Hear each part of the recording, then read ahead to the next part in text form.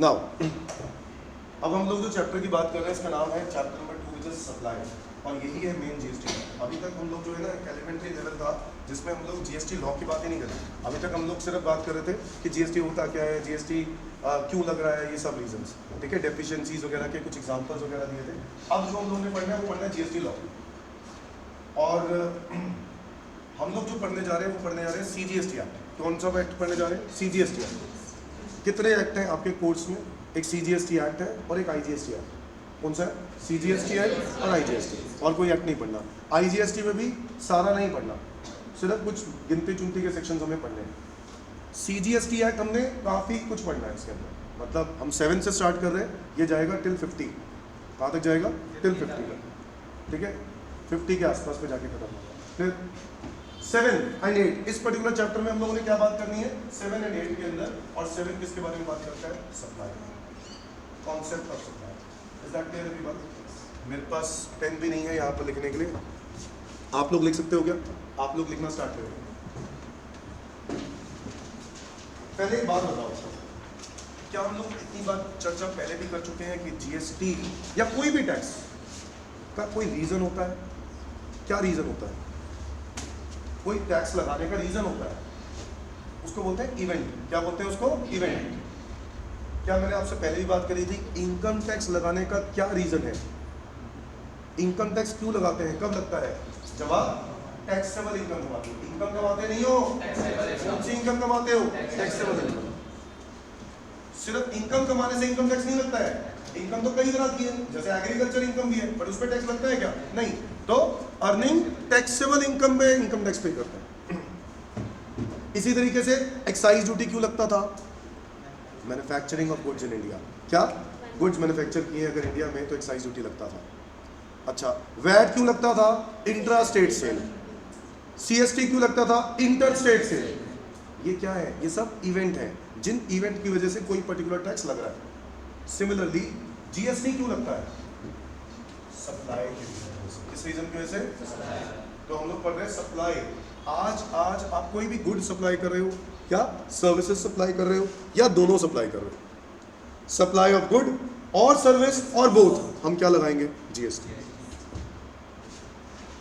So before levying any tax, अभी लिखूंगा, मैं बताऊंगा क्या लिखना है। Before levying any tax, taxable event need to be ascertained. It is a foundation stone of any taxation system.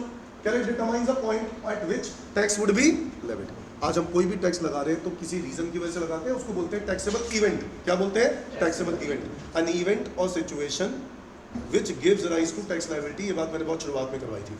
कोई भी इवेंट हो या कोई सिचुएशन हो जिसकी वजह से टैक्स लग रहा हो, हम उसको क्या बोलते हैं? Taxable event. क्या मेरी बात समझ में आई? कोई इवेंट या कोई सिचुएशन जिसकी वजह से क्या लग रहा हो? टैक्स, हम उसको क्या बोलते हैं? Taxable event. ये देखो, taxable event means an event और situation which gives rise to tax liability. For levy of GST event is supply.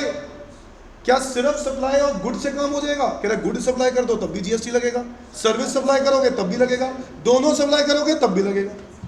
Coaching centre ये कौन सी सप्लाई कर रहा है, गुड या सर्विस? सर्विस।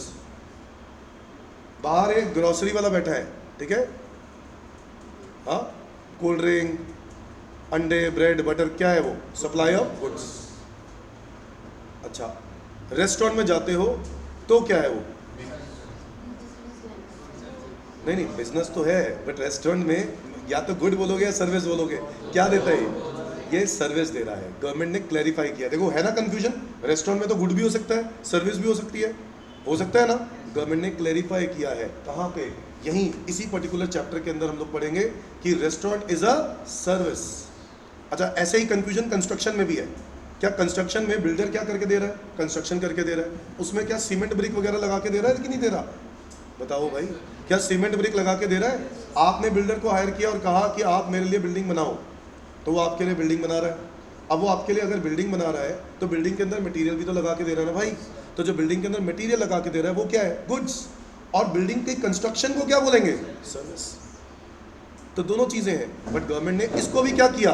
क्लैरिफाई किया। क्या किया? क्लैरिफाई। ये अभी भी यहीं पे है।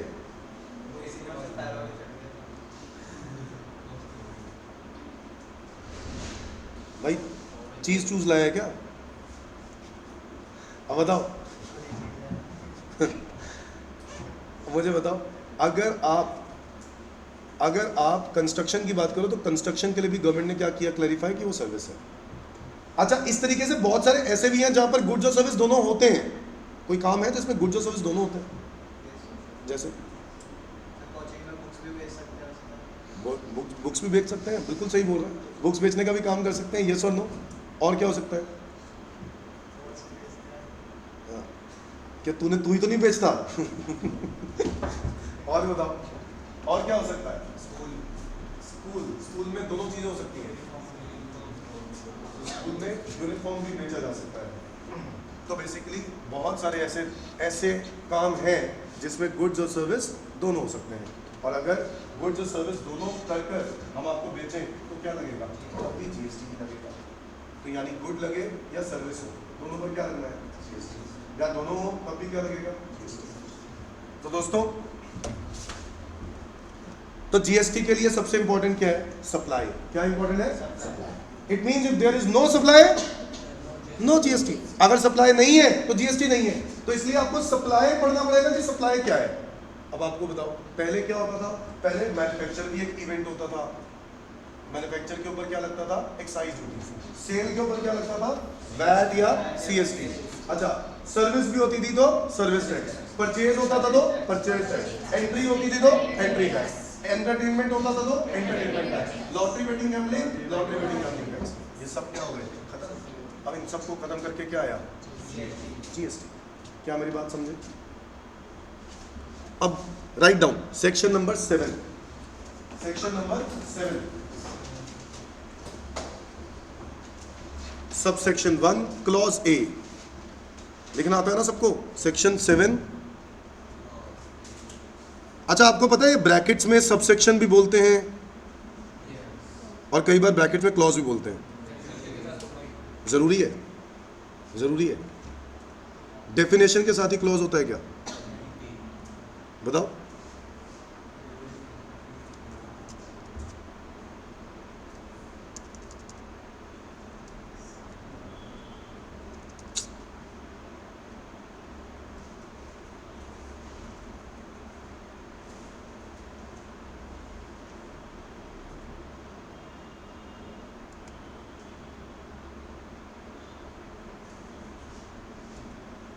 क्या देना है? टेक्स्ट डॉक्यूमेंट में लिखेंगे।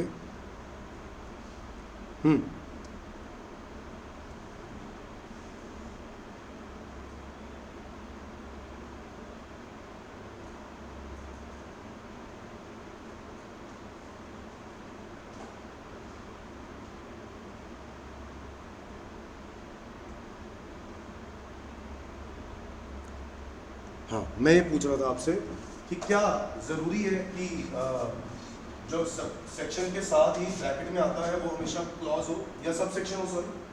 और ये कह रहे हैं डेफिनेशंस में हमेशा क्लॉज, ब्रैकेट में क्लॉज आता है। इसका रीजन है कोई? किसने बोला? किसने बोला? तूने बोला? किसने बोला? क्यों होता है? कोई रीजन पूछा, ऐसा क्यों होता है? नहीं पढ़ते, तुम्हारी ऐसी तुम कोई पढ़ते हो तो कोई लॉजिक से पढ़ते होगे ना, ये ऐसे ही कुछ भी। तो भाई कोई रीजन तो होगा उसका। आप बताओ, कोई सेक्शन के आगे हम लोग ब्रैकेट में कभी क्लॉज बोल देते हैं, कभी सब सेक्शन बोलते हैं, ऐसा क्यों? ब्रैकेट में तो क्लॉज ही बोलते हैं।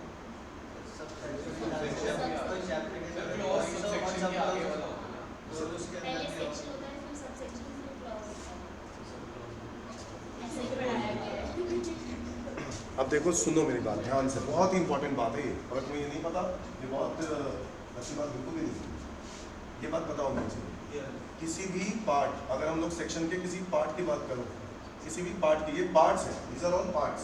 अगर मैं आज बोल रहा हूँ नंबर 1, उसके अंदर एक पार्ट लिखते हैं 1.1। जैसे आप लोग एक नीचे सीक्वेंस लिखते हो, 1 के बाद लिखते हो 1.1, 1.2, 1.3, पॉइंटर्स लिखते हो। फिर उसके बाद 1.3 के आगे चले जाते हो, 1.3.1, 1.3.2, उसके नीचे पॉइंटर्स हैं। क्या मेरी बात समझ में आई? आप अगर किसी पार्ट को डिफाइन करते हो, सेक्शन के किसी पार्ट को, तो जनरली सबसेक्शन को तब बोलते हैं जब वो सारे सबसेक्शन और पार्ट्स एक दूसरे से रिलेटेड होते हैं। क्या होते हैं? जब वो एक दूसरे से रिलेटेड। ये सिर्फ टैक्स में ही नहीं है, हर लॉ में। आपको नहीं पढ़ाया गया तो फिर वो कहीं कमी, ये बात पता होनी चाहिए। क्या सेक्शन के आगे के जो पार्ट्स होते हैं अगर वो सब एक दूसरे से क्या होते हैं, रिलेटेड, तो उनको क्या बोलते हैं, सब सेक्शंस। और अगर वो एक दूसरे से रिलेटेड नहीं होते हैं तो क्या बोलते हैं, क्लॉज। समझे? सेक्शन के आगे जो पार्ट्स होते हैं उनको हम लोग क्या कब बोलते हैं, सब सेक्शंस, जब वो एक दूसरे से कनेक्टेड होते हैं। और अगर वो एक दूसरे से कनेक्टेड नहीं है तो क्लॉज। डेफिनेशंस में हम ऐसा क्यों बोलते हैं, उसका रीजन ये है क्योंकि वो एक दूसरे से कनेक्टेड नहीं है। अगर आज मैं डेफिनेशन करवा रहा हूँ सेक्शन 2(1) इनकम टैक्स में, वो क्या है, एग्रीकल्चर इनकम। 2(1) क्या है, एग्रीकल्चर इनकम। तो आज मैं एग्रीकल्चर इनकम अगर डिफाइन करा रहा हूँ तो 2 के अंदर कुछ और आएगा, 2(3) के अंदर कुछ और आएगा, और उसका आपस में कोई रिलेशन, क्या कोई रिलेशन होगा? अगर मैं बोल रहा हूँ 2(1) के अंदर जो डेफिनेशन है 2(6) के अंदर जो डेफिनेशन है वो मैच होनी चाहिए। कैसे मैच हो सकती है? या एक दूसरे से कनेक्शन होगा, या वो कोई पूरा लॉ बनेगा इकट्ठा होके? नहीं। कोई मुझसे पूछ सकता है सेक्शन 2 में बताओ, पूरा एक्सप्लेनेशन बताओ। अब सेक्शन 2 की कोई एक्सप्लेनेशन है ही नहीं। सेक्शन 2 के अंदर किसी पार्ट की एक्सप्लेनेशन बोल सकते हैं, इसलिए इनको क्या बोलते हैं, क्लॉजेस। और सिर्फ सेक्शन 2 में ही नहीं लगता, इनकम टैक्स में सेक्शन 10 में भी लगता है और भी बहुत जगहों पे लगता है। क्योंकि सिर्फ रीजन क्या है, समझ में आया, कि जब भी हम किसी पार्ट को एक दूसरे से क्या करते हैं, रिलेट कर सकते हैं, तो हम उसको बोलते हैं सब सेक्शन। और अगर रिलेट नहीं करते हैं तो हम क्या बोलते हैं, क्लॉज। मुझे बताओ, मुझसे कोई पूछता है सेक्शन 7 बताओ, तो मैं क्या बताऊंगा, पूरा सेक्शन 7 बताऊंगा या सेक्शन 7 सिर्फ ऊपर से बता दूंगा? पूरा सेक्शन 7 के अंदर क्या होगा, सेक्शन 7 का सबसेक्शन 1 भी होगा, सेक्शन 7 का सबसेक्शन 2 भी होगा, और सेक्शन 7 का सबसेक्शन 3 भी होगा। तब जाके मेरा सेक्शन 7 खत्म होगा। क्या मेरी बात समझ में आई? इसको बोलते हैं रिलेशन। क्या है ये, रिलेशन। अगर मैं आपको सिर्फ एक बता दूं, दूसरा ना बता दूं, तो वो अनरिलेटेड पार्ट हो जाएगा। क्या मेरी बात समझ में आई? रिलेशन तब होगा जब मैं सबको एक साथ बताता हूं। तो सेक्शन नंबर 7,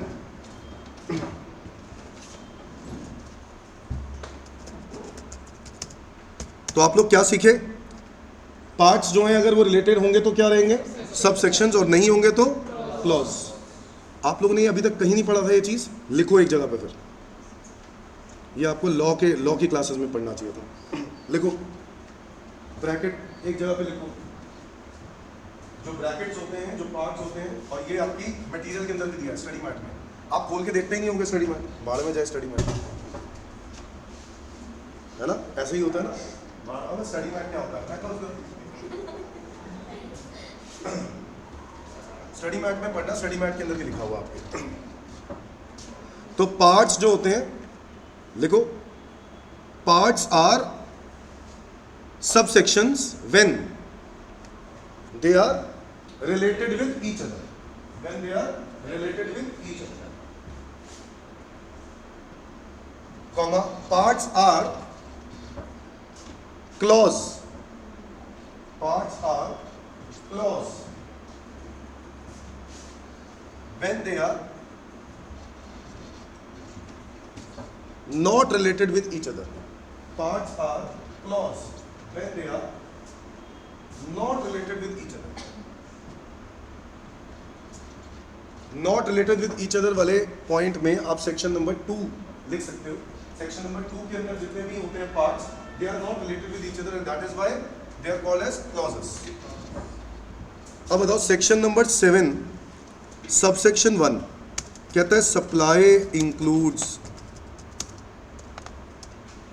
मैं इसको अपनी भाषा में लिख रहा हूं, लिखा तो यहां पर भी है बुक में भी लिखा है, मैं यहां से भी पढ़ा सकता था, बट मैंने कहा कि मैं थोड़ा सा अपने तरीके से लिखना चाहता हूँ, और लिखने के लिए वो है ही नहीं यहाँ पर सिस्टम, तो मुझे अभी फिलहाल तो ऐसे लिखना पड़ेगा। सेक्शन 7(1) सप्लाई इंक्लूड्स, क्या लिखेंगे, clause A,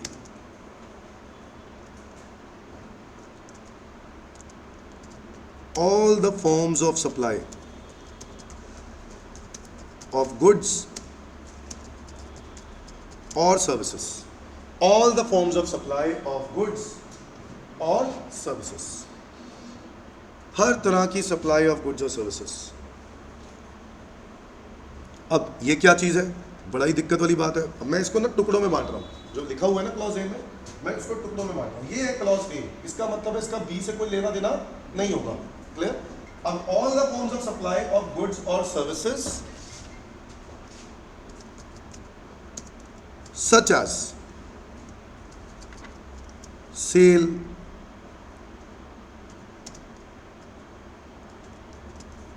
exchange, transfer, barter, licence, lease, rental और डिस्पोजल।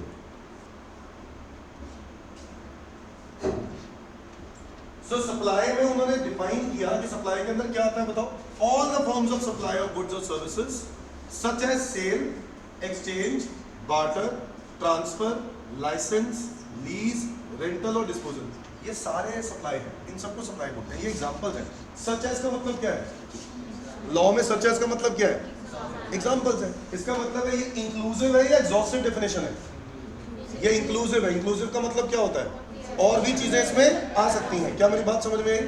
सच एज ये चीज को सब्सटैंशिएट करता है कि इसके अंदर और भी चीजें आ सकती हैं। सेल है, एक्सचेंज है। एक्सचेंज का मतलब क्या होता है? सेल तो समझ में आता है, बदले में क्या हो, आपने कोई चीज बेची, बदले में क्या लिया? कंसिडरेशन। एक्सचेंज क्या है? बार्टर फिर क्या है? एक्सचेंज और बार्टर एक ही जैसा है। तो एक्सचेंज में हम पुरानी चीज देकर नई चीज ले लेते हैं, बदले में कुछ पैसा भी देते हैं। मेरे पास मारुति ऑल्टो थी, मैंने मारुति शोरूम में गया और जाके स्विफ्ट ले ली। क्या ले ली? Swift.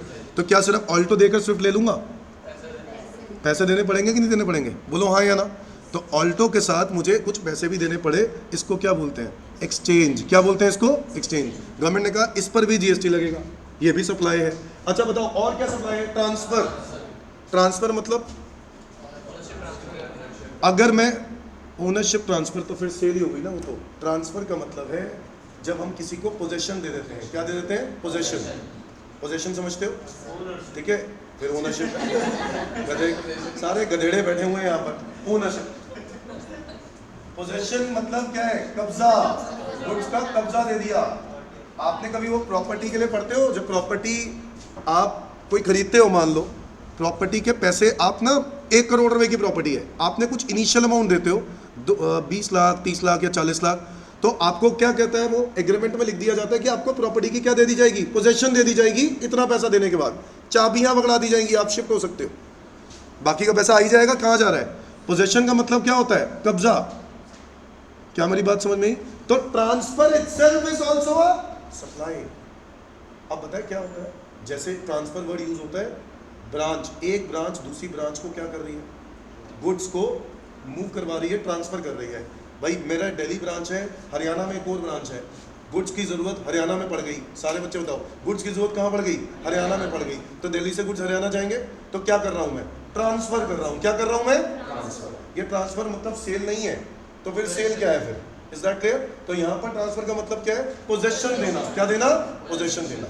Is that clear? Sale, exchange, transfer, barter. Now what is barter? Goods के बदले में गुड्स, सर्विसेज के बदले में गुड्स, के बदले में सर्विस भी हो सकती है। बोलो यस और नो? हो सकती है। तो बार्टर मींस एनीथिंग एक्सचेंज। बदले में मनी नहीं होता, बार्टर में कभी मनी नहीं होता, बट ये भी सप्लाई है। क्या है? ये भी सप्लाई है। अच्छा और क्या सप्लाई है? लाइसेंस। किसी को राइट देना, किसी को राइट देना। अगर मैं फॉर एग्जांपल, गवर्नमेंट हमें मेडिकल लाइसेंस देता है कि भाई आपको केमिस्ट का शॉप खोलनी है। क्या खोलनी है? केमिस्ट की शॉप खोलनी है। फार्मा लाइसेंस होता है वो, आपको पता है बिना लाइसेंस के तो आप काम खोल ही नहीं सकते हो। ठीक है, या आप फार्मा की मैन्युफैक्चरिंग करना चाहते हो, आपको ड्रग लाइसेंस चाहिए होता है। क्या चाहिए होता है? Drug licence. बिना ड्रग लाइसेंस के आप मैन्युफैक्चरिंग नहीं कर सकते, पता है आपको ये बात? तो उन्होंने, गवर्नमेंट ने आपको क्या किया? अलाउ किया है। क्या किया है? अलाउ। बदले में पैसे भी तो लिए होंगे। तो गवर्नमेंट कहता है ये भी क्या है? सप्लाई है। क्या है ये? लाइसेंस देना इटसेल्फ इज अ सप्लाई। क्या मैं राइट नहीं दे रहा आपको? क्या मैं आपको राइट नहीं दे रहा हूं? तो क्या ये सप्लाई ऑफ गुड है या सर्विस है? बताओ, क्या ये सप्लाई ऑफ गुड है या सर्विस है? सर्विस। सो लाइसेंस देना मतलब सप्लाई ऑफ सर्विस। लीज क्या है?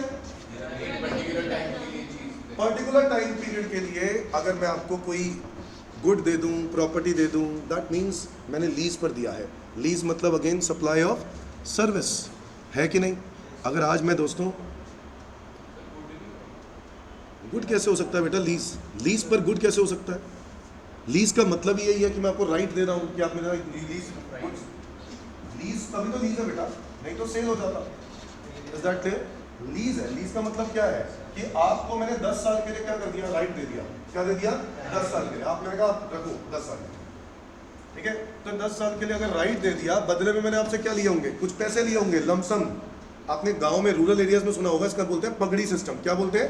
पगड़ी सिस्टम। सुना है कभी? रूरल एरियाज में होता है, ठीक है। वहां पर क्या करते हैं लोग, पैसा देते हैं, ठीक है। उसके बाद प्रॉपर्टी रख लेते हैं अपने पास, और उसको राइट जो है मिल जाता है। और प्रॉपर्टी 10 साल के लिए, 5 साल के लिए, 20 साल के लिए, 15 साल के लिए, जितने भी टाइम पीरियड के लिए यूज कर सकते हैं।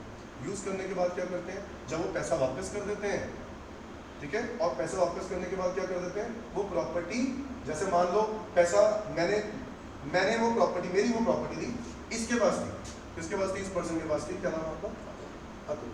अतुल। अतुल के नाम पे मैंने प्रॉपर्टी दे दी, और अतुल से मैंने क्या ले लिए? पैसे ले लिए। मैंने कहा तू मुझे 10 लाख रुपए दे दे और एक प्रॉपर्टी के राइट रख ले। कितने टाइम के लिए? 5 साल के लिए। प्रॉपर्टी अभी भी है तो मेरी ना, तो मैंने इसको 5 साल के लिए दे दिया। इसको क्या बोलते हैं? लीज। क्या बोलते हैं इसको? लीज।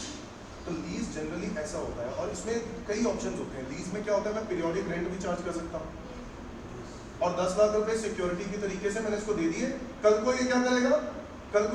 ये कहेगा भैया मैं खाली कब करूंगा, जब आप मेरे पैसे वापस करोगे। लीज जो मैं पगड़ी सिस्टम का नाम ले रहा हूँ ना, उसमें ऐसा ही होता है। पैसे दे दिए, पैसे देने के बाद ये क्या करेगा? ये कहेगा पैसा मुझे वापस कर दो, प्रॉपर्टी ले लो। हाँ, सिक्योरिटी वाला, सिक्योरिटी पॉइंट ऑफ व्यू, ये सिक्योरिटी है लीज। इसको लीज को 2 तरीके की लीज होती है। एक होती है पगड़ी सिस्टम, और एक होती है रेंटल बेसिस पर। जो रेंटल बेसिस होती है वो ये रेंटल। अब आपको गुड या कोई भी एसेट का राइट दे दिया जाए। क्या दे दिया जाए? राइट दे दिया जाए। राइट दे दिया, बदले में क्या ले रहे हैं? Periodic rent. तो वो भी क्या है? सर्विसेज है। क्या ये सारी सर्विसेज में आ रही है? हाँ। डिस्पोजल क्या है? क्या डिस्पोजल भी सर्विस है? डिस्पोज करना मतलब क्या है? निकाल दिया, बेच दिया ही है बेसिकली। तो सेल और डिस्पोजल में कुछ ज्यादा अंतर नहीं है। डिस्पोजल वर्ड हम इस्तेमाल करते हैं जनरली कब? यार तुम उसके साथ खेल रहे हो क्या? कोई इधर मार रहा है, कोई इधर मार रहा है, कर क्या रहे हो?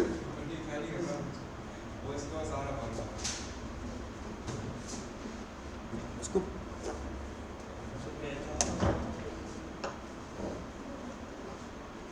क्या है? ऐसा वो ही कर रही है, तुम खेल रहे हो। चले तू उधर कर, एक दूसरे को पास आउट कर रहे हैं।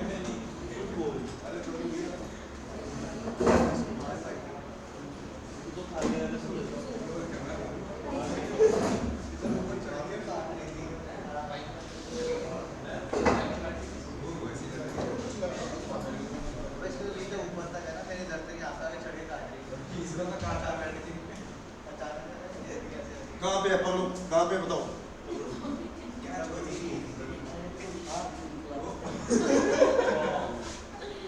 कहाँ पे गई है? वहां पर है, यहीं पर है।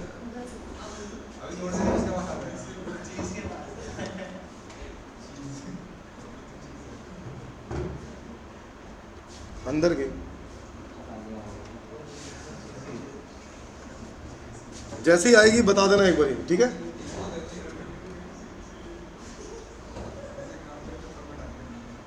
तेरे पास ही आएगी वो।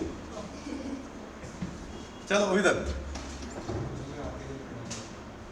दोस्तों, अभी तक डिस्पोजल और सेल में क्या अंतर है? सिर्फ एक ही चीज का अंतर है, और वो क्या कि डिस्पोजल वर्ड यूज करते हैं हम लोग जब बिजनेस को बंद करते हैं, और सेल भी तो वही है, बट सेल में जनरली हम सेल वर्ड नहीं बोलते। डिस्पोज करने का मतलब है यार निकालो बेसिकली, कि खत्म हो गया, अब हमें चाहिए ही नहीं। जब हम लोग बिजनेस बंद कर रहे होते हैं ना, तो उस वक्त वर्ड क्या यूज कर लेते हैं? डिस्पोज कर दिया। क्या कर दिया? डिस्पोज। फर्क समझ में आया? ठीक है। अदरवाइज सारे सिमिलर वर्ड्स हैं। क्या यहाँ पर कहीं ना कहीं या तो सप्लाई ऑफ गुड है या सप्लाई ऑफ सर्विस? बोलो भाई, हाँ या ना? तो सेल सप्लाई क्या है, जल्दी बताओ। All the forms of supply इसके अंदर आते हैं, ऑफ गुड्स और services, such as sale, exchange, transfer, barter, licence, lease, rental और डिस्पोजल। मेड, देखो, मेड और agreed to be made,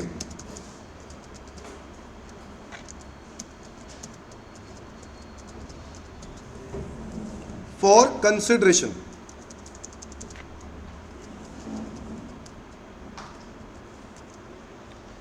made और agreed to be made for a consideration.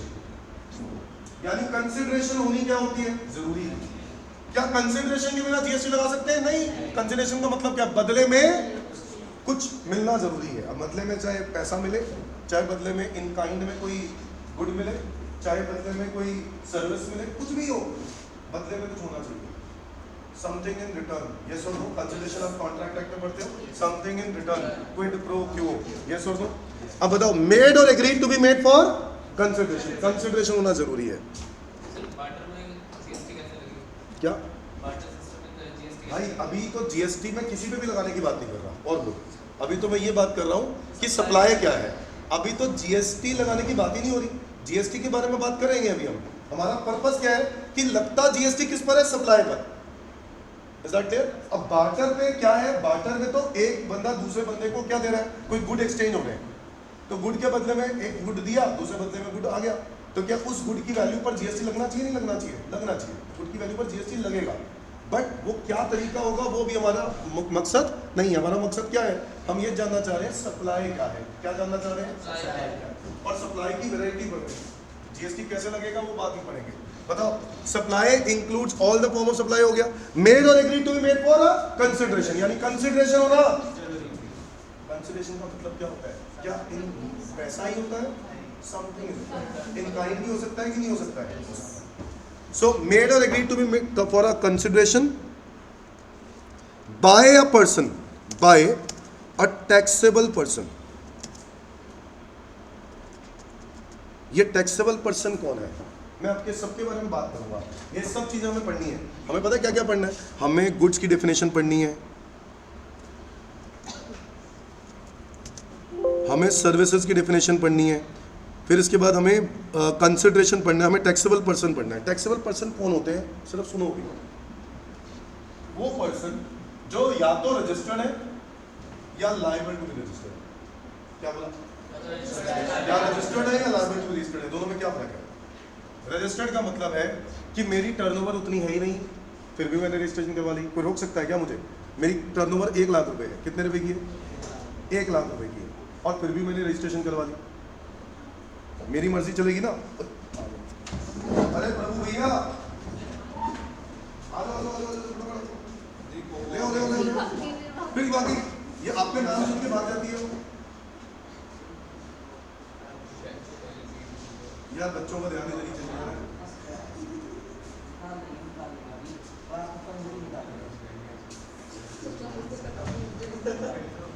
Class खत्म होने के बाद निकाला तो क्या ही फायदा। तो 2 मिनट यही खड़े हो जाओ, 2 मिनट खड़े हो जाओ। 2 मिनट देखो, अभी आपको देख के आएगा।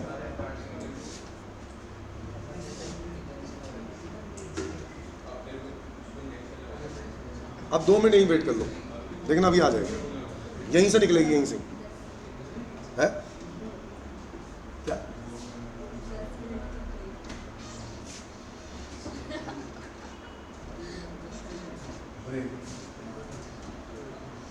अभी बताओ, 1 मिनट, अभी हम लोग बात कर रहे थे कुछ, सुने वो बात नहीं? लिया ट्रैप लिया, ये इसके पास होगा ना, इसको खड़ा कर देते हैं, ये इसके पास।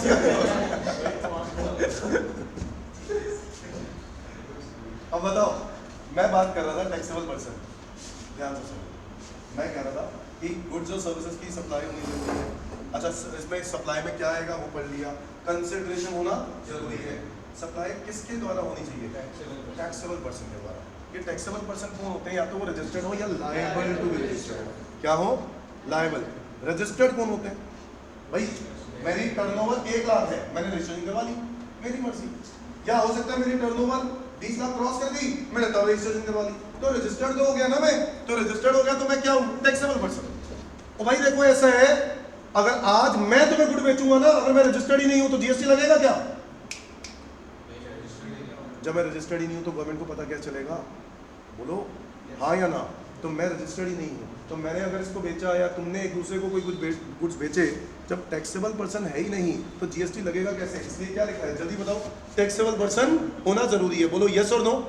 कंसिडरेशन भी होना जरूरी है, यानी बिना कंसिडरेशन के जीएसटी नहीं लग सकता, टैक्सेबल पर्सन के द्वारा होगा। अच्छा, रजिस्टर्ड हो गया या लायबल टू बी रजिस्टर्ड हो गया। क्या ऐसे भी लोग होते हैं जो लोग जिनकी टर्नओवर तो क्रॉस हो गई बट उन्होंने अभी तक रजिस्ट्रेशन कराई नहीं। कैसे लोग होते होंगे कि नहीं होते होंगे, टर्नओवर 20 लाख क्रॉस हो गई बट वो डिफॉल्टर्स है, they are not taking registration, उन्होंने रजिस्ट्रेशन की एप्लीकेशन भरी नहीं अभी तक। मुझे बताओ, they are liable for registered. क्या है ये? Liable to be registered. Is that clear everyone? तो बाय अ टैक्सेबल पर्सन और क्या जरूरी है, लिखो, इन द कोर्स और फिर आ गई, उसको डराओ मत ना, उसको निकलने दो बाहर, फिर चलेगी।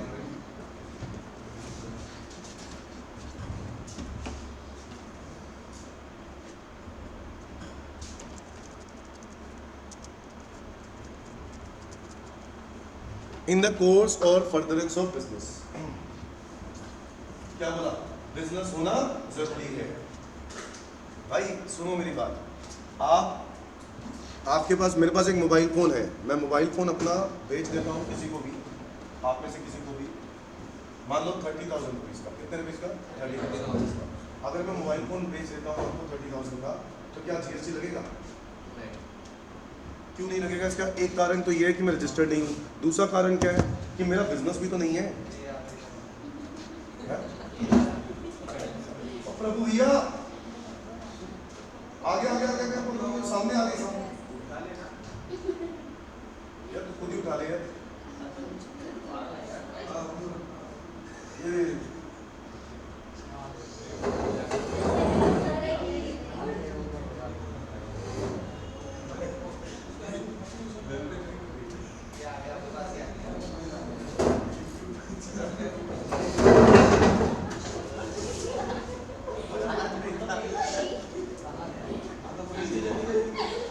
सही एंटरटेनमेंट आज नहीं।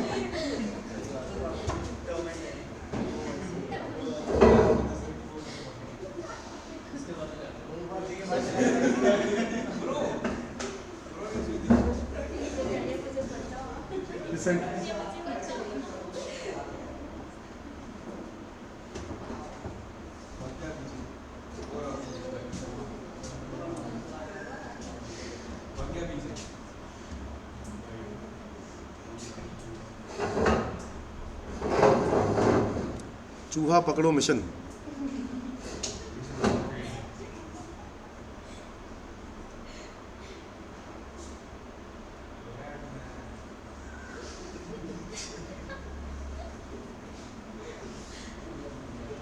कोई नहीं भैया, यही कहीं है वो,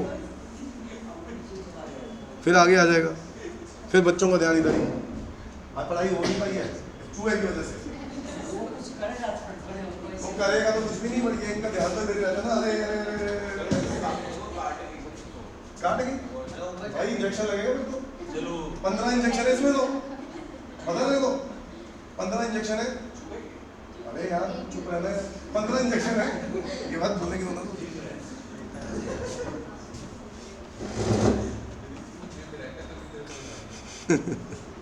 चलो इधर, इन द कोर्स और फर्दरेंस ऑफ बिजनेस, बिजनेस होना जरूरी है, मेरी बात समझ में आई? तो आप लोगों को इसके अंदर मेन बातें क्या आई कि बिजनेस भी होना चाहिए, क्योंकि अगर मैं मोबाइल फोन, अगर मैं डीलर होता, बिजनेस क्या करता होता, मैं मोबाइल फोन का डीलर होता, मैं मोबाइल फोन आपको बेच देता, तब जीएसटी लगता कि नहीं लगता? तब लगता। अगर मैं मोबाइल फोन का डीलर होता तो जीएसटी लगता, क्यों? क्योंकि वो मेरा बिजनेस है।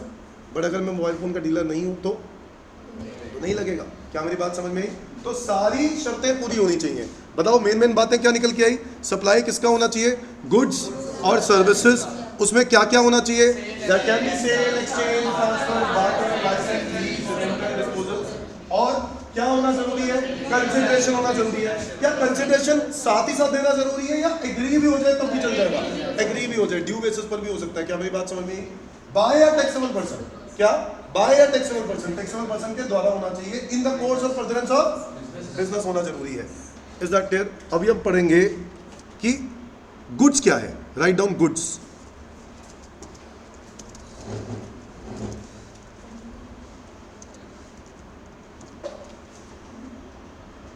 ये गुड्स क्या है? गुड्स का मतलब क्या है? सेक्शन 2(52) गुड्स का क्या मतलब है? देखो, या पहले मैं आपको दिखाता हूँ फिर लिखवाता हूँ अपनी भाषा में अपने तरीके से? क्या कह रहे हो? कोई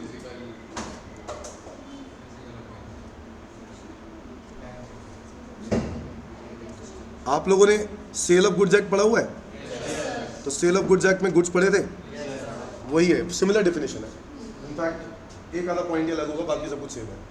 गुड्स मींस, सुनो, goods means every kind of movable property. क्या बोल रहा है? Every kind of movable property other than money and securities. Money and securities are not goods. Money and security मतलब कैश, करेंसी, कोई भी तरह की करेंसी हो, वो गुड नहीं है। सिक्योरिटीज मतलब शेयर्स, डिवेंचर्स, बॉन्ड्स, ये goods but includes actionable claims. Now what are actionable claims?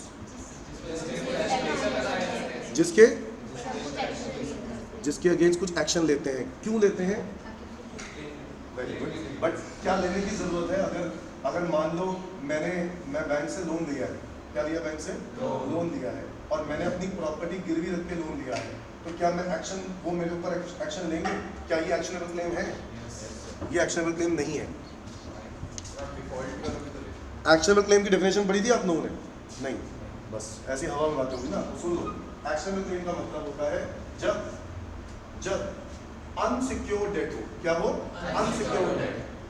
Claim, यार एक बात बताओ ना, अगर मैंने लोन लिया है और मैंने बदले में सिक्योरिटी गिरवी रखी, क्या लैंड गिरवी रखी है, मैंने बैंक को लैंड दे दी, भाई साहब लैंड के कागजात आपके, अगर मैं चुका नहीं पाया लैंड बेच देना, क्या वो मेरे अगेंस्ट एक्शन लेंगे? कौन सा एक्शन?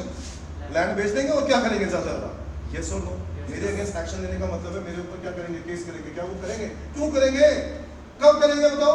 अगर सिक्योर्ड ना होता तो लेंगे। क्या मेरी बात समझ में आई?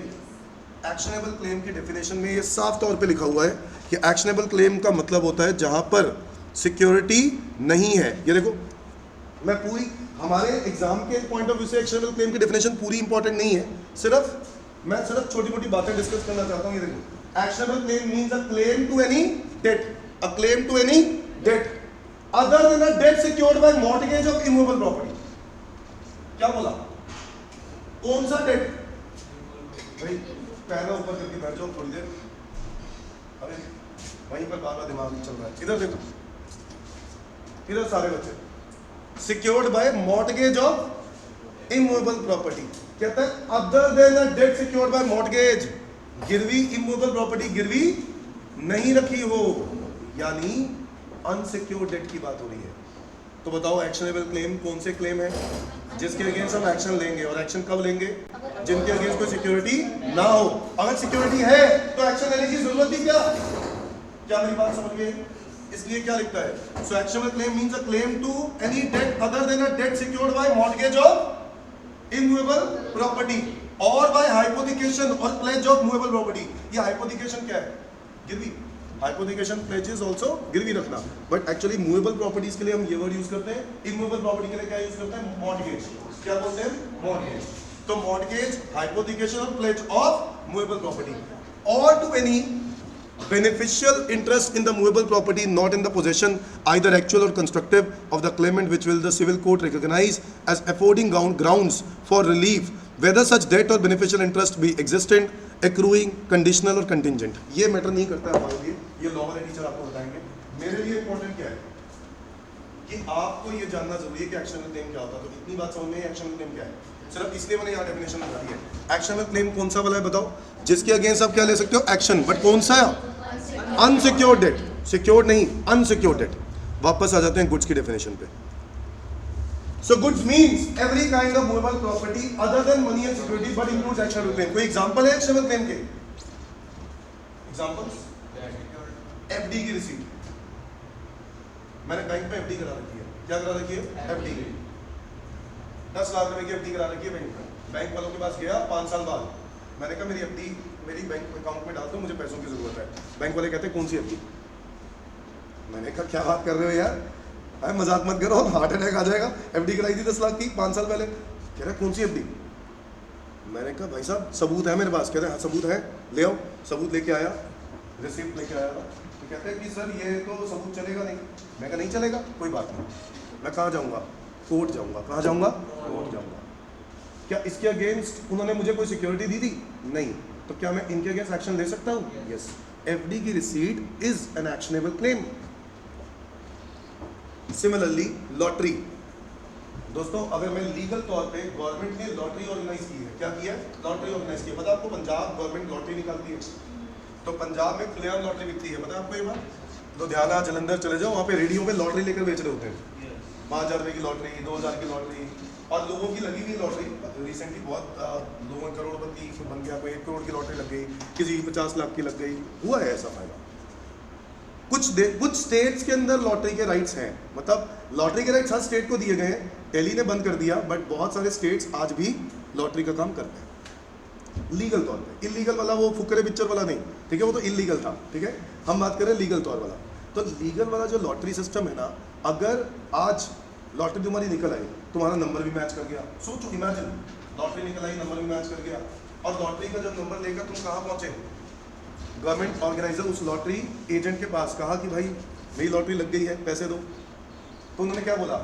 सर ये तो ऐसा तो कुछ भी नहीं है, लॉटरी के पैसे नहीं मिलेंगे, क्या आप इसके अगेंस्ट एक्शन ले सकते हो? Yes, it is an actionable claim. मेरी बात समझ में आ रही है? कोई भी क्लेम जिसके अगेंस्ट आप एक्शन लेते हो, तो वो कब लेते हो? जब आपके पास उसकी कोई सिक्योरिटी नहीं होती।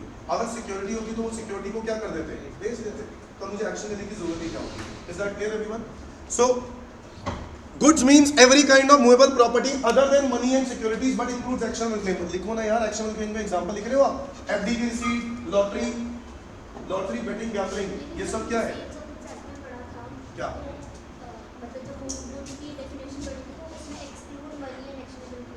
उसमें क्या था?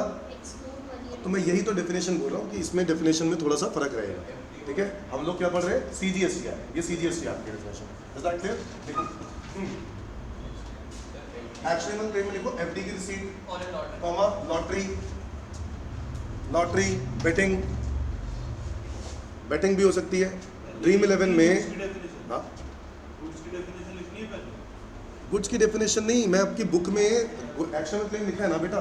जब आप एक्शनेबल क्लेम पढ़ोगे तो आपको पता होना चाहिए ना इसके एग्जांपल्स, इसलिए मैं लिखवा रहा हूँ आपको। आप लोग बुक में ही लिख लो, एग्जांपल में लिख लो बुक में, एक्शनेबल क्लेम इंक्लूड्स, मार्क करके लिख लो, एक्शनेबल क्लेम इंक्लूड्स, क्या हो सकता है? एफडी, लॉटरी, बेटिंग समझ गए ना?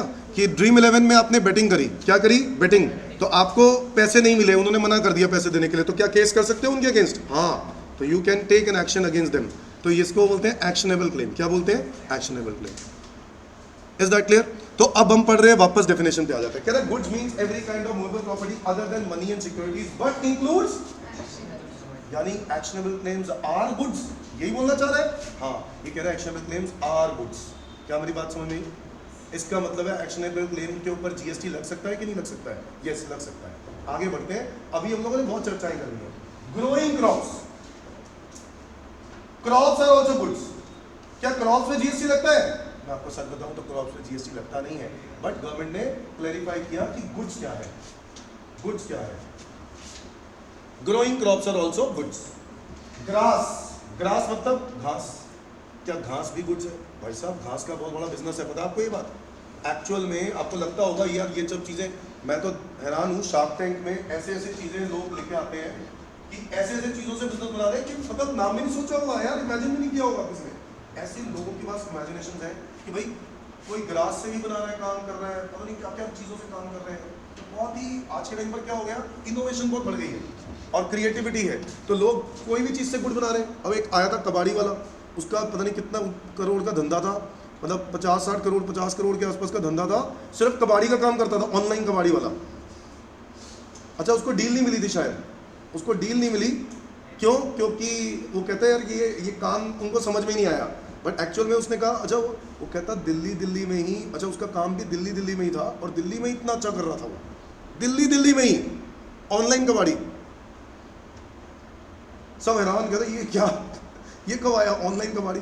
मतलब ऑनलाइन कबाड़ी क्या है कि कबाड़ी आप डायरेक्टली आप कबाड़ी वाले को बेचते हो ना, जो बाहर आता है कबाड़ी वाला, ठीक है, तो उसको ना बेचकर आप किसको, ऑनलाइन ऐप पे जाओ, ऐप पर जाके उनको बोलो तो कबाड़ी वाले आएंगे, आपसे सामान ले जाएंगे। उसने भी काम किया शार्क टैंक में, क्या नाम? ऋषभ, बस जिम की मेंबरशिप कस्टमाइज करने का उसमें बनाया अच्छा ऐप मिली थी डील? में मिली थी? अच्छा किसने दी? ओयो ओयो वाले ने दी थी? लेकिन उसने कहा था ये बिजनेस बंद करके नया चलेगा क्या? ये बिजनेस बंद करके नया चलेगा ले फिर क्या फायदा उसका डील कराने? इस उस पे कंडीशन पे डील मतलब ऐसा ही कुछ था नो टेक्नोलॉजी अच्छी थी इस रीजन से उसको, टेक्नोलॉजी ओके हाँ इसलिए उसको ऐसे मिली होगी ना, नहीं तो वो भी पागल थोड़ी ना ओयो वाला भी। नहीं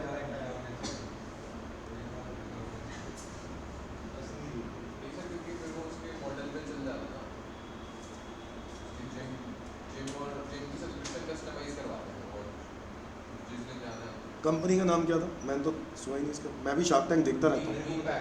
मी पैक फिटनेस है मी पैक, हो सकता है कुछ मिस कर दिया। अब देखो जरा ध्यान से, हम लोग पढ़ रहे थे ग्रोइंग क्रॉप्स ग्रास, कह रहे हैं घास भी अगर आप बात करें तो ग्रास भी गुड्स है, एंड थिंग्स अटैच टू और फॉर्मिंग पार्ट ऑफ लैंड। ये क्या है? कह रहा है जो लैंड के पार्ट है, क्या मैं ट्रीज बोल सकता हूं? थिंग्स अटैच टू, क्या लैंड से अटैच कर दिए जाते हैं? ट्रीज को बोलो यस और नो। वैसे वो नेचुरली अटैच हो जाते हैं, नेचुरली अटैच हो जाते हैं ना, बट क्या कुछ चीजें को अलग से भी अटैच किया जाता है? क्या लैंड के अंदर गाड़ दिया जाता है? खंबे, ये खंबे लगाए हैं, क्या ये खंबे मूवेबल है या इमूवेबल है? पहले ये बताओ। है मूवेबल है, ये मूवेबल है खंबे, बट इनको इमूवेबल बना दिया गया। कैसे? इनको ऐसे तरीके से गाड़ दिया गया कि इसको कोई ऐसा नहीं है कि किसी को रातों रात चोरी करने की जरूरत है तो वो क्या कर रहा है, तेरी ऐसी की वैसी खंबे को निकालो और ले जाऊंगा, नहीं कर सकता। क्या मेरी बात समझ में आई? ये इतना आसान नहीं है मूव करना, यस और नो। इनको अनअसेंबल करना पड़ता है। आपने देखा कभी सीमेंट प्लांट? अरे भाई बस कर दे, उसकी पूछ फंस गई थी अरे ऐसे मत करो यार, पूछ मत फंसाओ बेचारे। चौकड़ी मार के बैठ जाओ यार, और क्या हो सकता है, ऊपर कर लो पैर।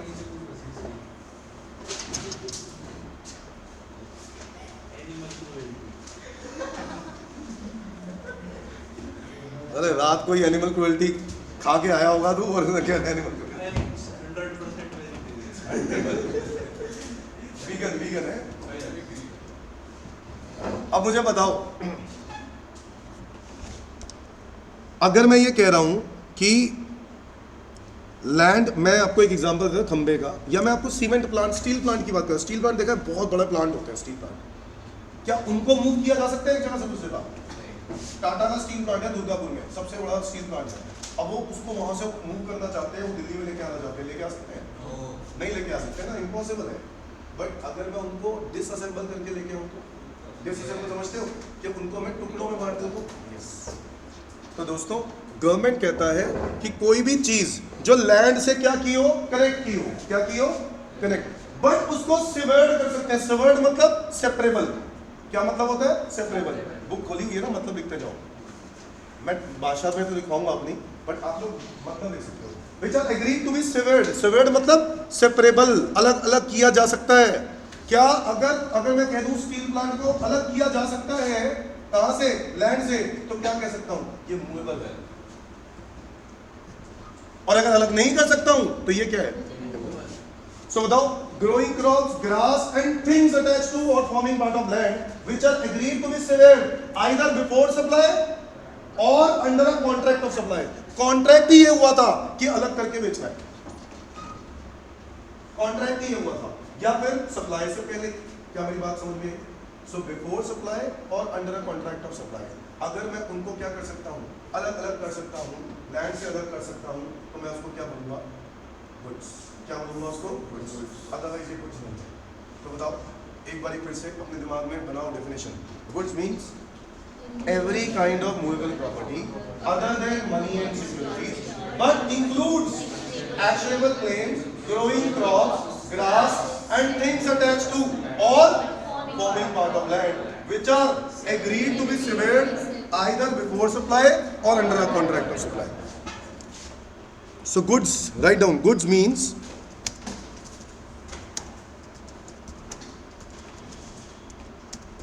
every kind of movable property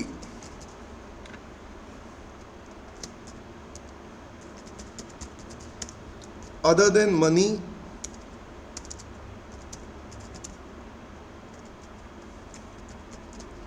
and securities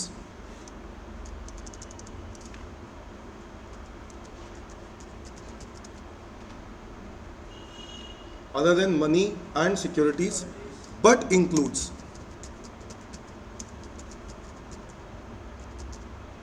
actionable claims,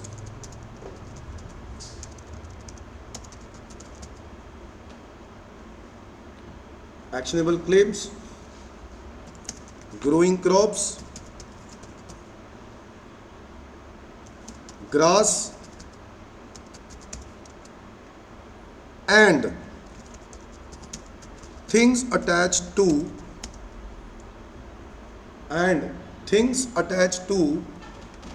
or forming part of land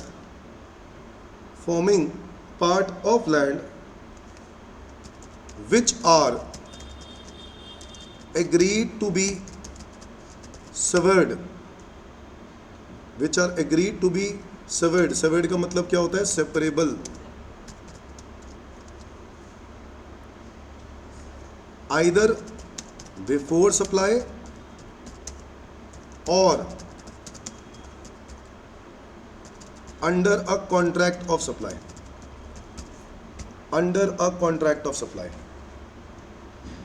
क्या मैंने भाषा को तोड़ दिया डेफिनेशन को? हाँ, डेफिनेशन आपको हमेशा एज इट इज पढ़नी होती है. पता है आपको ये बात?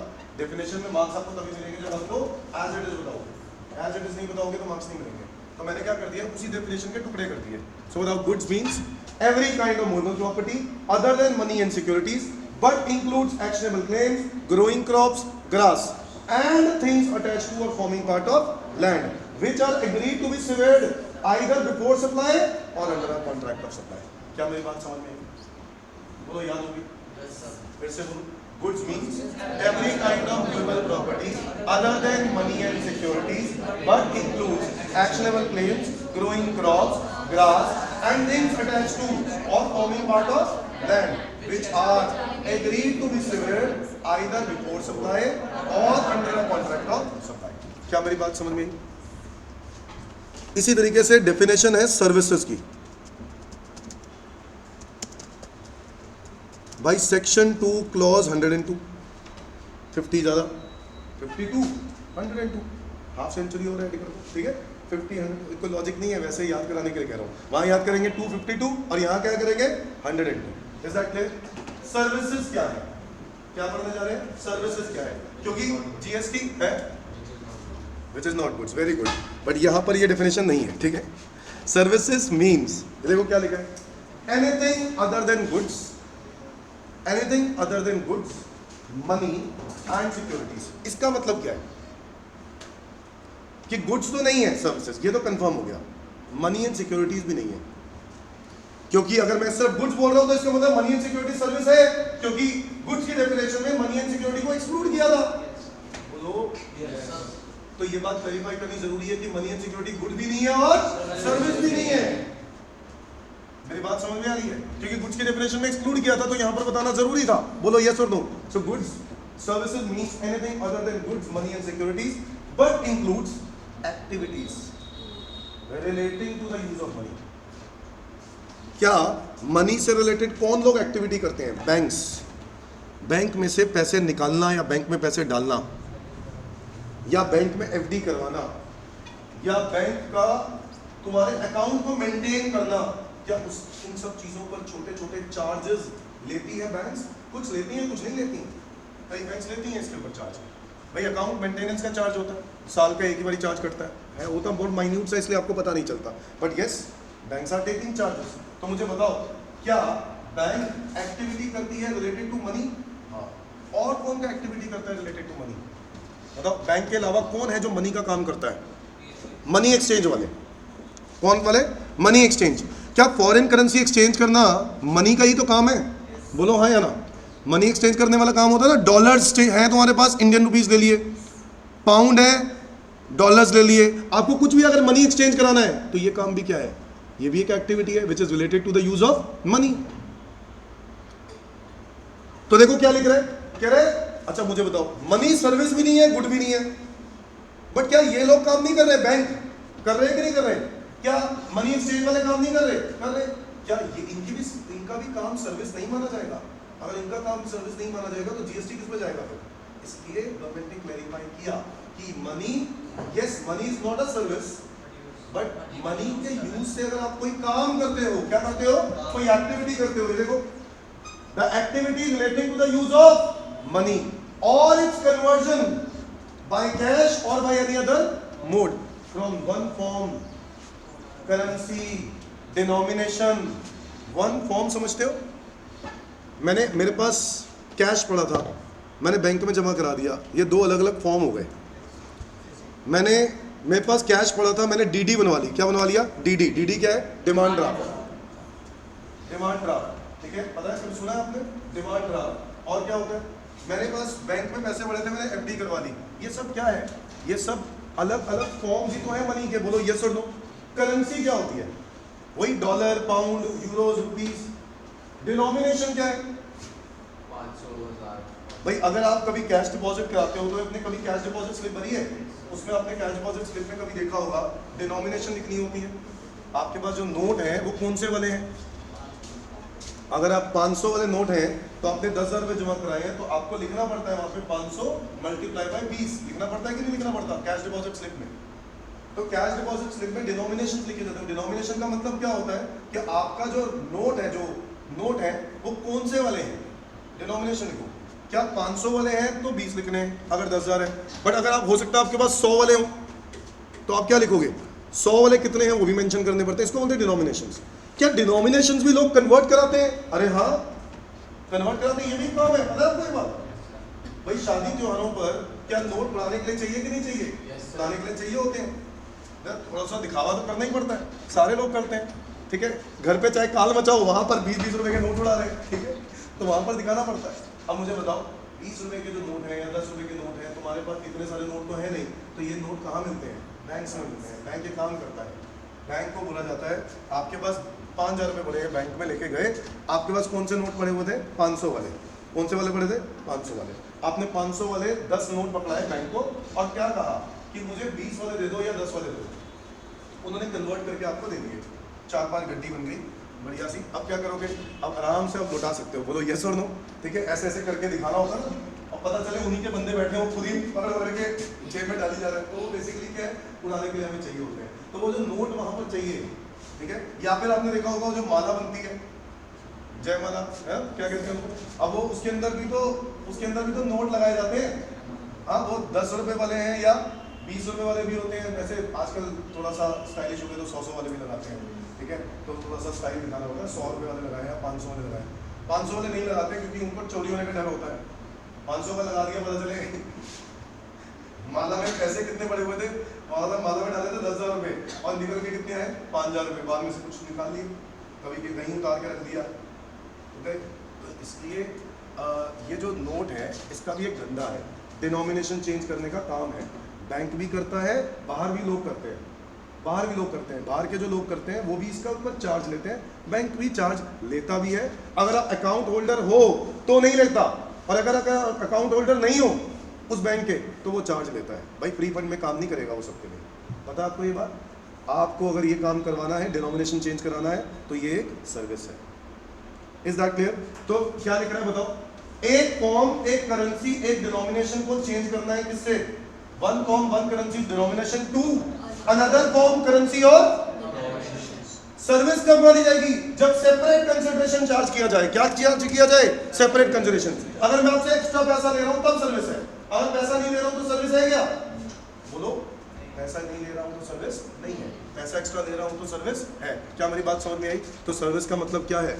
Anything other than goods, money and security, यानी तीनों ही सर्विस नहीं है, बट इंक्लूड्स कोई भी activity which is related to the use of money और its conversion by cash or by any other mode from one form currency denomination to another form currency denomination for which separate consideration is charged. अगर मैं separate consideration charge कर रहा हूँ तो ये service है, और अगर separate consideration charge नहीं कर रहा हूँ तो सर्विस नहीं है।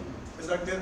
जैसे डॉलर से रुपीस में कन्वर्ट करा लिए मैंने अपने दोस्त से, अगर दोस्त ने मुझसे पैसे चार्ज नहीं किए, अलग से कोई पैसे चार्ज नहीं किए, तो ये सर्विस नहीं है। सर्विस कब होगी? जब वो मुझसे अलग से पैसे चार्ज करेगा. So write down service.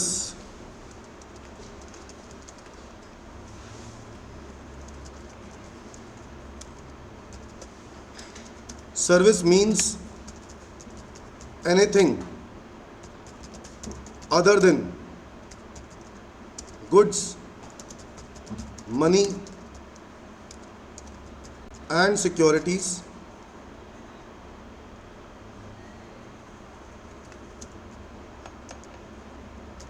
but includes activities related to the use of money, activities related to the use of money,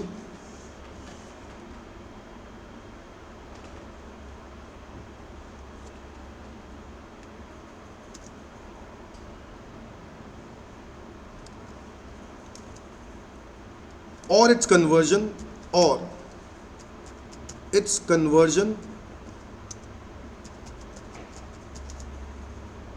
by cash or by any other mode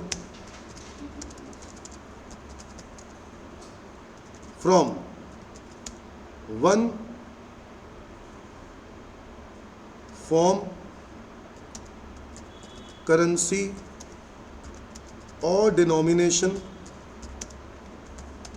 to another form, currency or denomination for which separate consideration is charged. तो services का क्या मतलब है बताओ?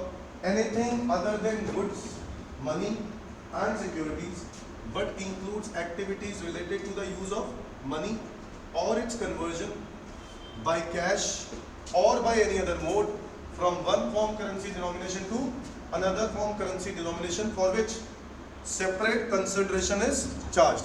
अगर मैं अलग से पैसे लेता हूं तो, अगर अलग से पैसे नहीं लेता हूं तो क्या वो सर्विस है? वो सर्विस नहीं है. अलग से पैसे लेता हूं तो वो सर्विस है. एक बारी फिर से पढ़ो. अब मैं गुड्स और सर्विस की डेफिनेशन पूछने वाला हूं आप लोगों से. तो बताओ एक बारी फिर से पढ़ो. Service means anything other than goods, money and securities but includes activities relating to the use of money or its conversion by cash or by any other mode from one form currency denomination to another form currency denomination for which separate consideration is charged. Goods means every kind of movable property other than money and securities but includes actionable claims, growing crops, grass and things attached to or forming part of land which are agreed to be sold either before supply or under a contract of supply. याद हो गए? 5 minute और revise करो. पूछने वाला हूँ lucky winner से. 2 lucky winner से 2 सवाल. इसका नाम काम करता है.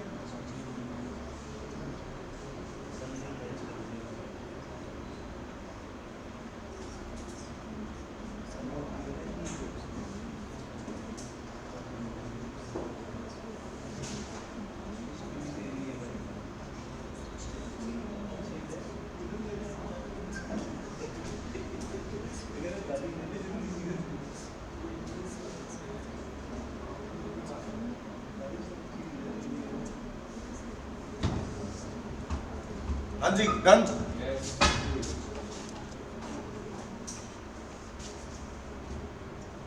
अक्कड़ बक्कड़ बम्बे बो 80-90 पूरे 100। हाँ भाई, एक और जो बोल रहा था वही बोल दे।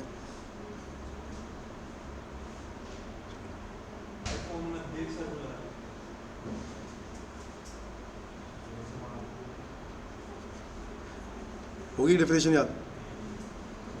बता फिर। Services. Service is not anything including money is other than goods, money and securities, but includes activities relating to use of money and its conversion from one form to any other form.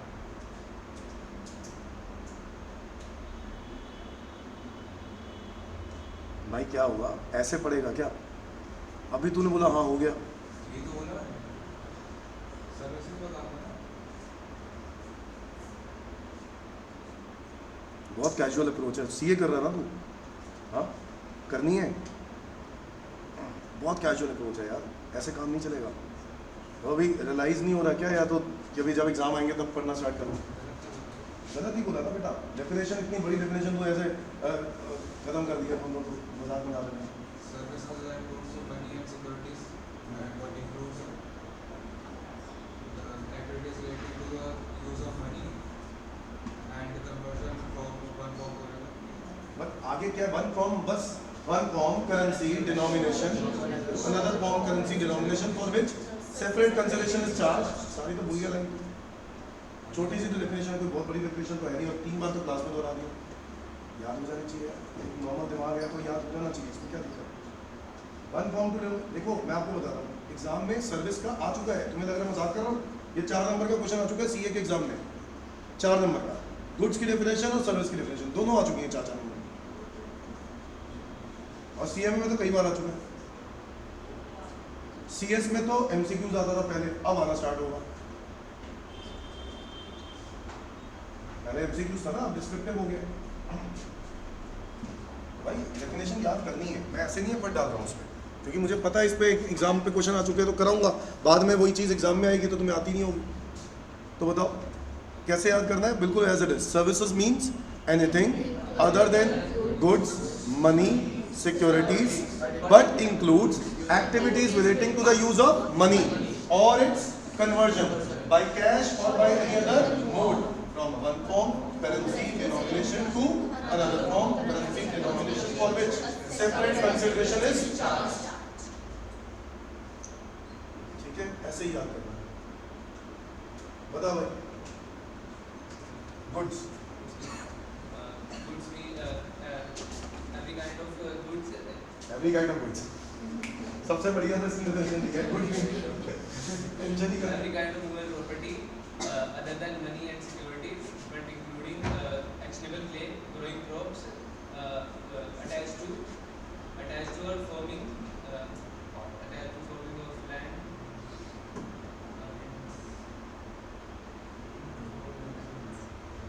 Which can be separable.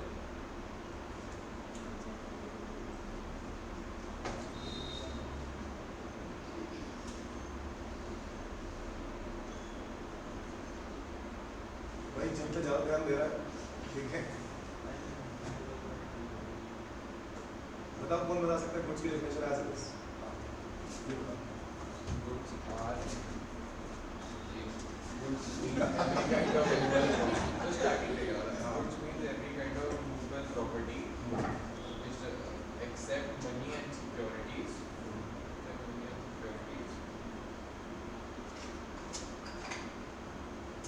उसके बाद sir grass वाली वो है। अरे यार ऐसे ऐसे कैसे टुकड़ों में याद कर रहे हो? इतनी आसान सी भाषा। मैंने इसको टुकड़ों में बांटा इसलिए कि आपको याद हो वो जाए। टुकड़े याद हो गए, बीच में जॉइन करने वाले नहीं याद हो रहे। दिमाग तो चलते रहना चाहिए ना कि अभी गुड्स के अंदर क्या क्या रिलेटेड चीजें आ रही हैं। Goods means every kind of movable property, क्या नहीं, other than money and securities, but क्या है, includes actionable claims, growing crops, grass and things attached to farming land which are agreed to be similar, जिनको अलग कर सकते हैं either before supply or after supply। इसमें क्या ही दिक्कत है भाई? सर्विसेज बताओ. Services means anything other than goods, money and securities. ये तो है नहीं, but includes activities related to the use of money. अब मनी से रिलेटेड जो एक्टिविटीज है वो सर्विस है. और उसमें क्या बोला? और इट्स कन्वर्जन बाय कैश और बाय एनी अदर मोड. चाहे कैश से कन्वर्जन करते हो, चाहे वो किसी भी मोड से करते हो. फ्रॉम वन फॉर्म करेंसी या denomination to another form currency denomination. इतने सारे एग्जांपल दिए बैंक्स के, और वो सब समझे नहीं समझे? Money exchange for which separate consideration is charge. ये सर्विस है.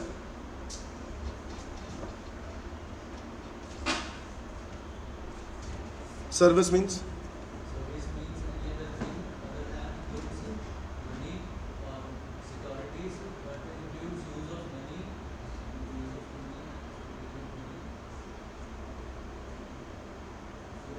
by its conversion or by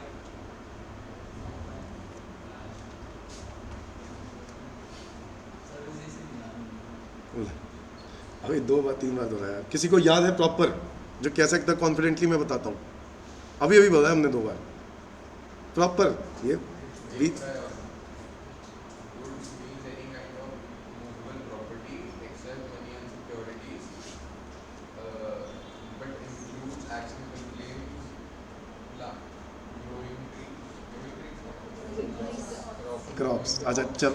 growing crops, grass, or things attached to or forming part of land, for which which are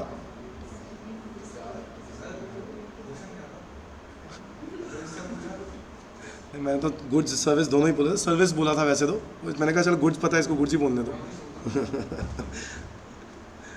which are agreed to be served either before supply. भाई अगली class में ना class की तैयारी करके आना, ये वाली चीज़ें पूछूंगा मैं, ठीक है, सब बच्चों से. Is that clear? और आप आज एग्जाम्ट हो गए हो, अगली क्लास में पूछूंगा, ठीक है. बताओ इसके अलावा क्या है? अभी रहता है ना टाइम हमारे पास, रहता है हमारे पास टाइम. एक और डेफिनेशन नहीं पढ़ सकते, व्हिच इज कंसिडरेशन.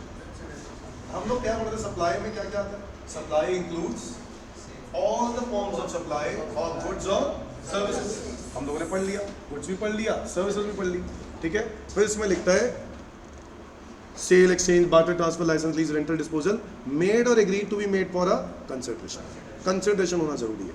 अब कंसिडरेशन के बारे में मैं आपको यहाँ पर देखो डिस्कस कर रहा हूँ. कंसिडरेशन का मतलब क्या है? Something in return. Very good. But यहाँ पर क्लैरिफाई किया है जीएसटी के अंदर कंसिडरेशन क्या है, ठीक है.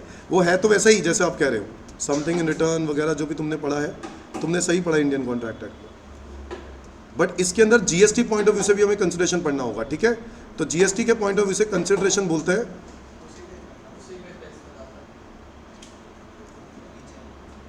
नहीं, डेफिनेशन से. इसको भी मैंने डेफिनेशन को ना आसान भाषा में किया यहाँ पर. ये देखो,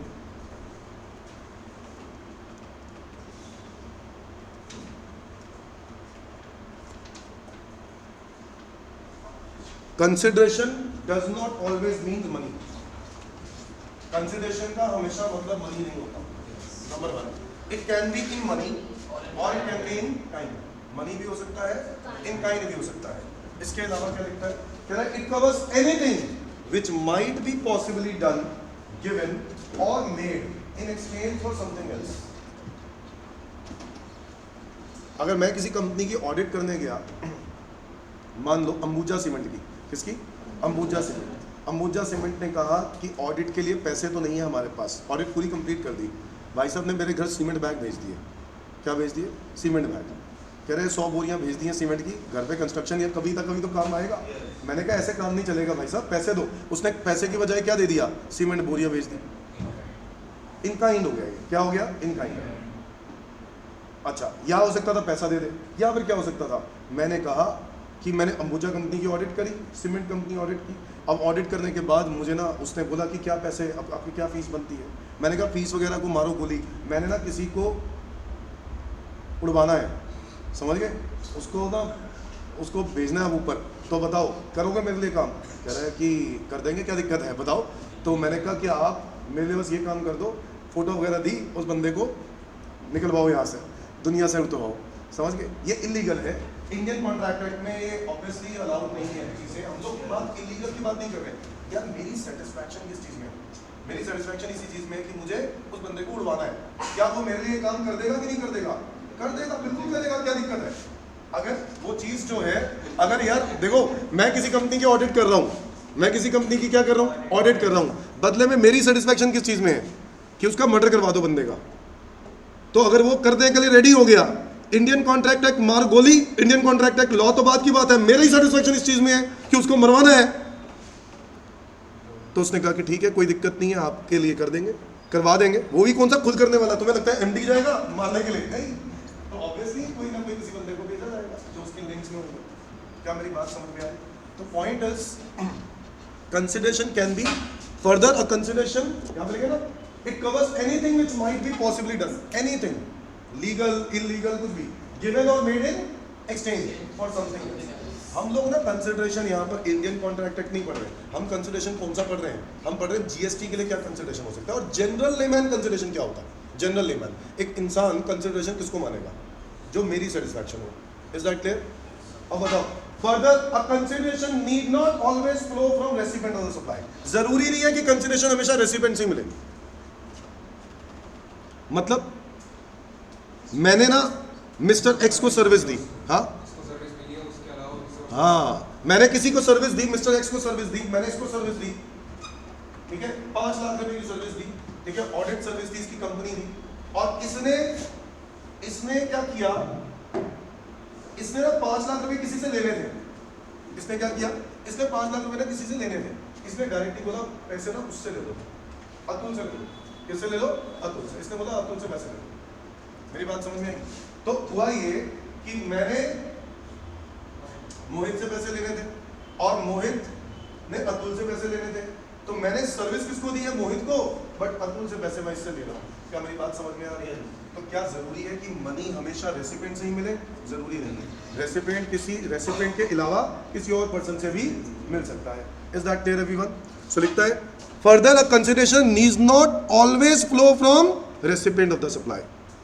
it can also be made by third person. क्या कोई थर्ड पर्सन दे सकता है मुझे पैसा? यस और नो?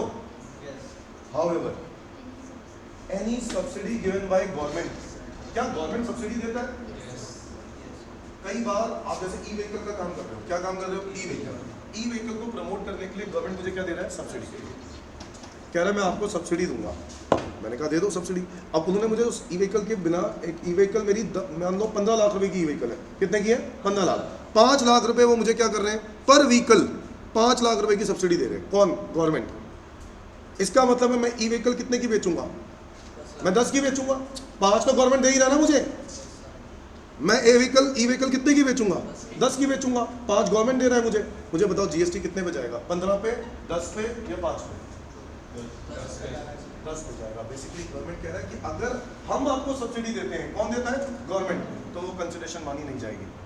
इसका मतलब है जीएसटी कितने पे जाएगा? 10 लाख पर। क्या मेरी बात समझ में आई? जीएसटी जाता किस पर है वैसे? कंसिडरेशन पर। किस पर जाता है? और कंसिडरेशन था कितना? 15, बट 15 में से 5 किससे मिल गए? गवर्नमेंट से। और मैं कह रहा हूँ ये कंसिडरेशन माना नहीं जाएगा। इसका मतलब है जीएसटी कितने पे लगेगा? जल्दी बताओ। 10 लाख पर। क्या ये बात समझ में आ रही है?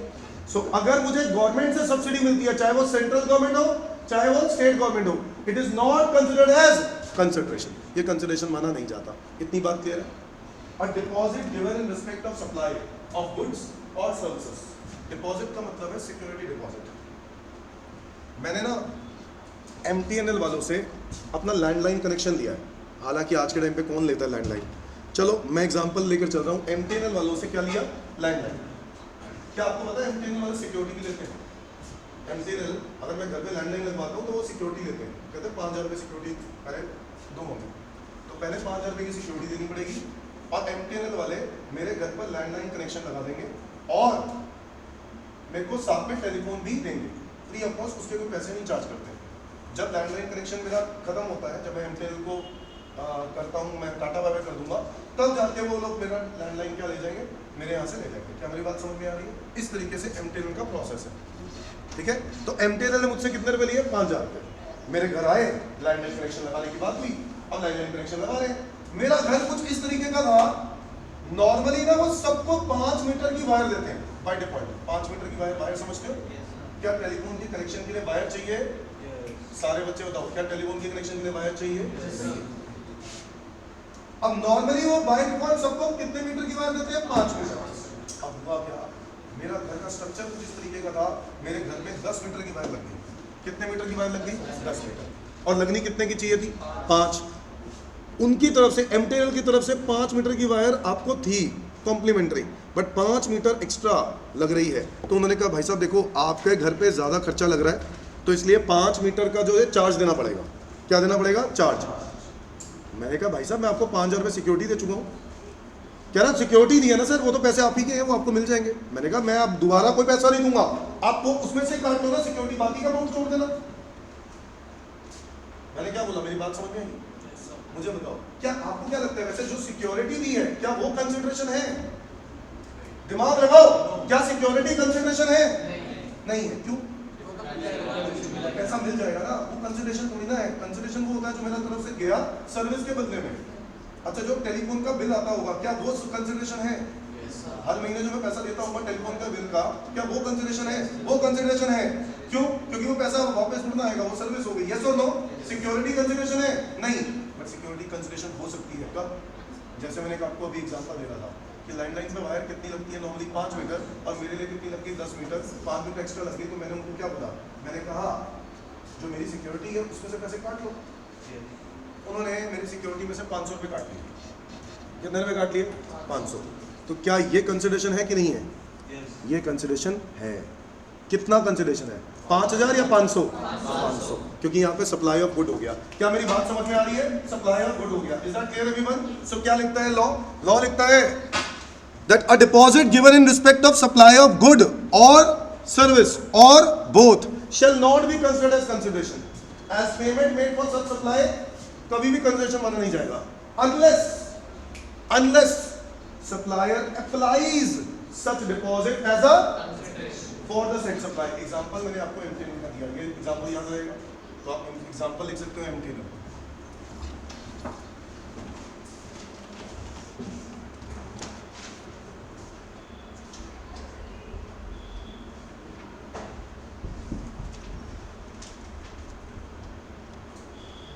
बताओ कंसिडरेशन की जो डेफिनेशन है वो क्या बोलती है? Write down consideration.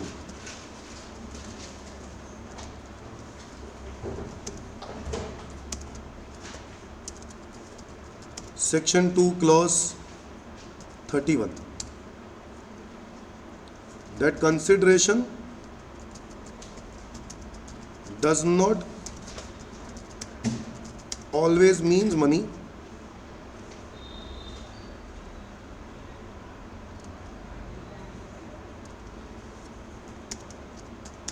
it can be in kind,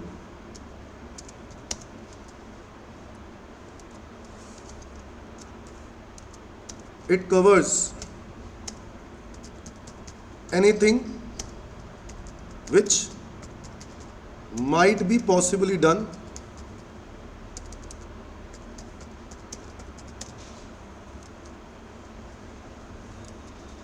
given or made in exchange।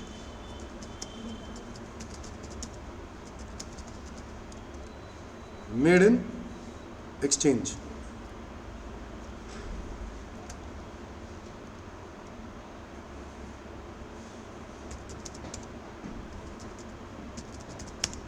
for something else। अच्छा, कंसिडरेशन के अंदर एक और खास बात है क्या, कि जो गवर्नमेंट सब्सिडी देता है, पहले तो ये लिखते हैं कि इट डज नॉट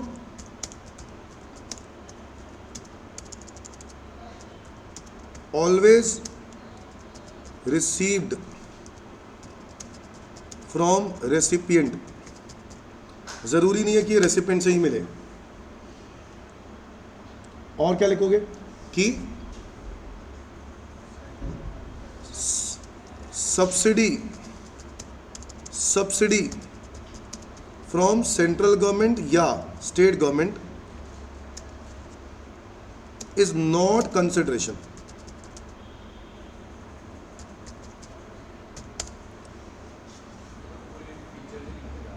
हाँ फीचर ही लिख दिया बस, भाई याद हो गया ना। आपको बताओ, ये मैं पॉइंटर बना रहा हूँ कि क्या क्या याद करने हैं, क्या क्या याद करने हैं। Subsidy receive from central government, subsidy from central government and state government is not a consideration. और क्या लिखा, security deposit is not consideration unless it is applied for supply of goods or services or both। बताओ, सारी बातें हमने लिख दी हैं, वही बात लिखी है बट थोड़े से लाइनों में लिख दी है, पॉइंटर में बता दिया। Consideration does not always means money, it can be in kind as well. फिर लिखा it covers anything which might be possibly done, given और made in exchange for something else.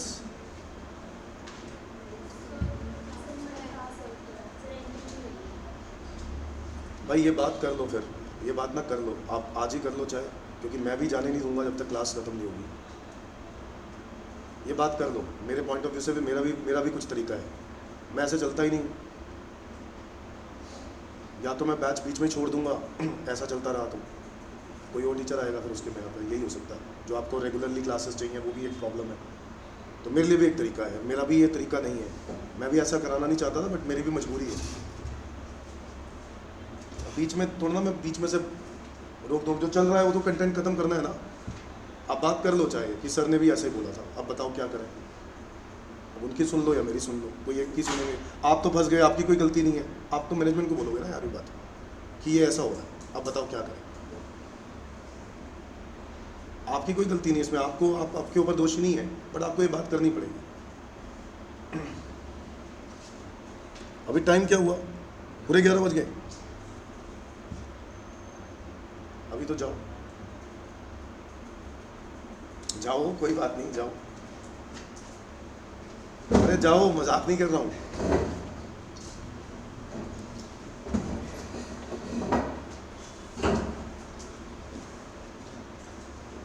चलो अगली क्लास के अंदर फिर हम लोग पढ़ते हैं, बाकी आज के लिए इतना ही करते हैं।